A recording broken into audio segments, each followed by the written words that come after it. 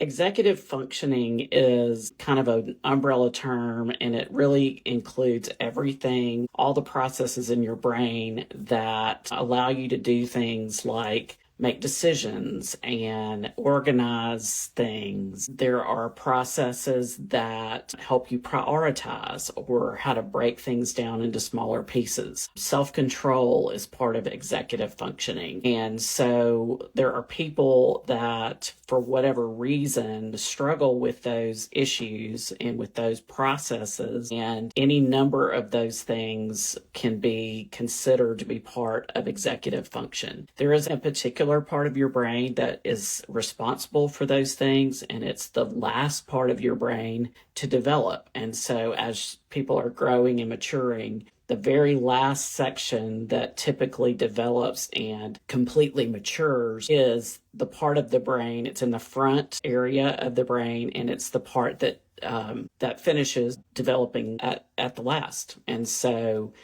there's really no way to know for sure whether you're going to have problems with executive function or not until you either do or you don't. But that's kind of the overall way to look at executive function. It's just the part of your brain that allows you to process things and organize, decide how to start tasks, all those kinds of good things. The way that you would know if you have a problem with executive function is that you would see symptoms, and just because you have one of these doesn't necessarily mean that you have a significant problem. But things like time management, or you're always late, if you lose things a lot, if you can't find things because you're disorganized to the point that there's no kind of rhyme or reason to how you do things. A lot of people that struggle with executive function don't necessarily use a calendar, or they don't use any kind of specific way to help them know how to do the things they need to do. And so those are possible ways to know that you have a problem. People with executive function issues procrastinate a lot.